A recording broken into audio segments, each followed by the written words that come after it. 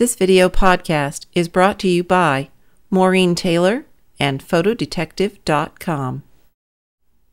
On February 27th and 28th of 2009, I was at the Who Do You Think You Are live show in London.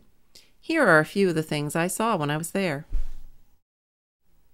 This whole trip was made possible by the three women I'm standing with in the front of the exhibition hall. They're my Facebook friends, and they found an incredible bed and breakfast for us to stay in for a very reasonable rate.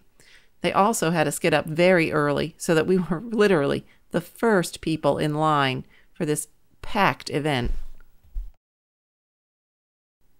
After waiting in line, the first thing people do is wait in a queue up on the second floor to obtain tickets for specific lectures. After securing tickets, it's off to the exhibition hall. This is a much larger event than any of the genealogy conferences here in the United States. It's basically a trade show. On the first day, Friday, there were approximately 4,000 people in attendance, with possibly double that number on Saturday. First stop for me was the Irish Roots magazine booth to meet Julie Phibbs and her mother, Maureen Phibbs. I write a column for them called Photo Stories. I had a great time meeting people at the conference, and everyone wanted to talk to me about their Irish roots in America.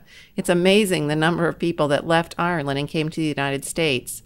Julie and Maureen also made space in the booth for me to do some photo detecting. Then it was time to wander in the exhibit hall and talk with people like Helen Osborne of Pharaoh's Tutoring. She told me the story of this wonderful piece of photo jewelry that she's wearing. This little pendant has a picture of my grandfather on one side and his brother on the other side when they were small children, and it was worn by my great-granny, their mum, and because she never had any daughters, she gave it to my mum, her granddaughter, and she gave it to me, but my mum never wore it, so I'm the first person to wear this since my great-granny wore it when it was first made with the two little boys. My next stop was Ancestral Atlas, a fairly new website that allows you to plot your family history information on a map and then share it using wiki and social networking tools.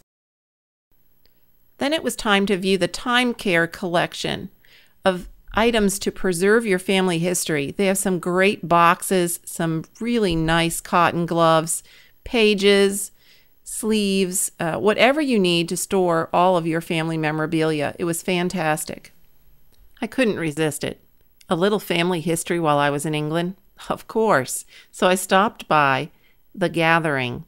It's an event part of Homecoming Scotland 2009, and this nice guy spent some time explaining to me where my Macduff family members might have come from. I'm still working on making that connection on this side of the Atlantic. In wandering around the exhibit hall, I met Pauline Prynne, who has a business called Photographs Retouched by Prynne. We had a nice conversation, and she was explaining to people how she could digitally restore their photographs. I thought she looked familiar. Sure enough, the next day when I got up to have breakfast, there she was. We were staying at the same bed and breakfast. There's nothing like a family history chart suitable for framing. And the folks at Max Ball Genealogy were there to help people. They had some beautiful personalized charts available for purchase or for order. On the last day, I met these folks at the National Monuments record booth. It's a wonderful archive of 10 million photographs, plans, drawings, reports, records, and publications covering England's archaeology, architecture, social, and local history. This is one collection I can't wait to dig into. For additional information or web addresses for any of the companies mentioned in this short video, consult my blog at www.photodetective.com. I can't wait until next year's conference.